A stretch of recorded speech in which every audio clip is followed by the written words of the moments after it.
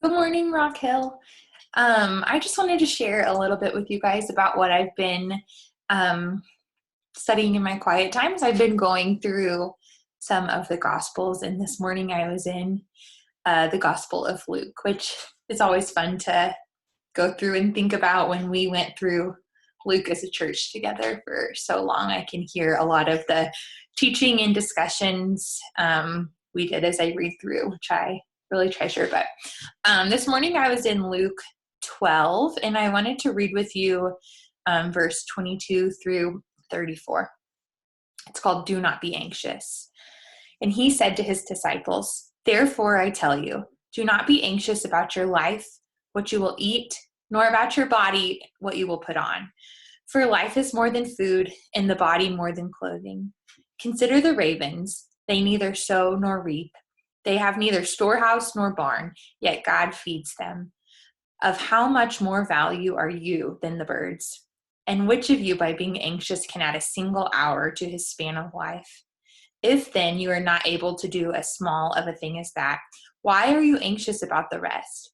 Consider the lilies, how they grow. They neither toil nor spin. Yet I tell you, even Solomon in all his glory was not arrayed like one of these. But if God so clothes the grass, which is alive in the field today, and tomorrow is thrown in the oven, how much more will he clothe you, O you of little faith? And do not seek what you are to eat and what you are to drink, nor be worried. For all the nations of the world seek after these things, and your Father knows that you need them. Instead, seek his kingdom, and these things will be added to you. Fear not, little flock, for it is your Father's good pleasure to give you the kingdom. Sell your possessions and give to the needy.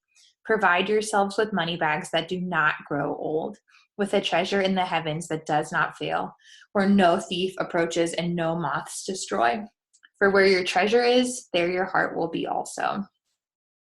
Um, yeah, I just loved this passage this morning, and I think that there's a lot of anxiety and worry in my life right now as we're in this season with a lot of unknowns and with so many different things changing. And yeah, I have loved this passage for a long time, just thinking um, that God knows my needs and he cares about my needs, um, and he will provide for me.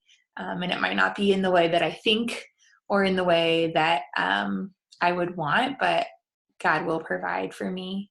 I think about when it talks about how he provides for the birds and the flowers, and I've had peonies blooming in my yard, which has been so fun, but they are just stunning. And thinking about yeah, that I know that they're not the lilies that are talked about in the passage, but God has clothed them in beauty, and thinking about how much more will he clothe me. And then I love the end of the passage, talking just the total inverse of what we want to do when we're anxious and worried is we want to hoard resources for ourselves, and we want to try to make our own way. And I just love the end of this part in Luke where it talks about sell things, give to the needy, provide yourself with a treasure that won't be destroyed, a treasure that can't fail. And that's our treasure in heaven. And that's just so counter to what I want to do in this time where I want to like gather for myself and just really want to keep my treasure and keep my time and keep all those things for me. And that is not the way of the kingdom. So I love that ending part says, sell your possessions, give to the needy, provide yourself with money bags that do not grow old, with a treasure in the heavens that does not fail, where no thief approaches, no moth destroys. For where your treasure is, there your heart be also. And yeah, that is just so good and so hard. And I think it really does just tie back into our sense of worry and anxiety when we try to do these things of our own strength and out of our own power. And God is saying, like, no, like, trust me so much that I want you to go beyond like keeping these things for yourself. I want you to be someone who's giving of their treasure. Yeah. And so I wanted to share just one more little thing. One of my very favorite spiritual heroes is Corrie ten Boom.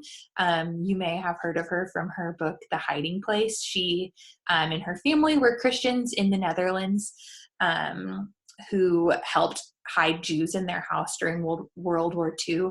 And for that were captured and taken to concentration camps. And Corrie has, after that, just totally gone around the world proclaiming Christ and about living in forgiveness and just sharing her experience of what it was like to be a Christian in that place. And I love something that she says about worry. She says, when we worry, we are carrying tomorrow's load with today's strength, carrying 2 days in one. We are moving tomorrow ahead of time. There is just one day of the calendar of action today. The Holy Spirit does not give a clear blueprint of our whole lives, but only of the moments one by one. And I think that is just so true when we think about the Lord's Prayer saying, give us today our daily bread. And that really ties back into worrying about today.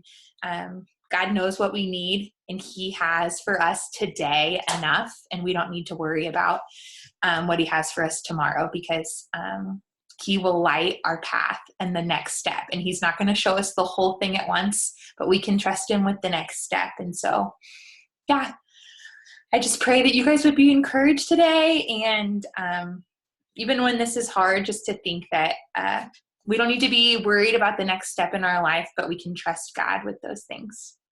Thanks.